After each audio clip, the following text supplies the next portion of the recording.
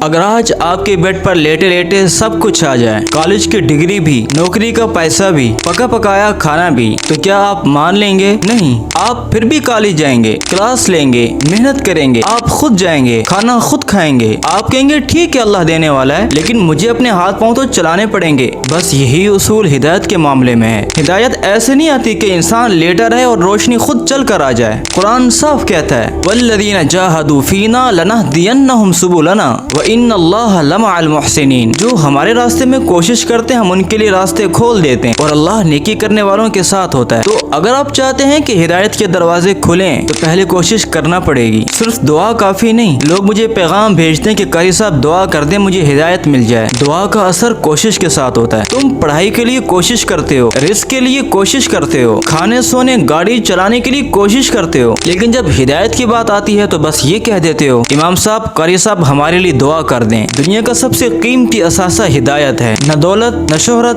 نہ طاقت۔ ہدایت سب سے بڑا خزانہ ہے اور اسی خزانے کے لیے ہم نے تماشا لگا رکھا ہے۔ اللہ ہدایت دیتا ہے لیکن چلنے والوں کو، کھڑے رہنے والوں کو نہیں۔ تم ایک قدم اٹھاؤ، اللہ 10 قدم بڑھا دے گا۔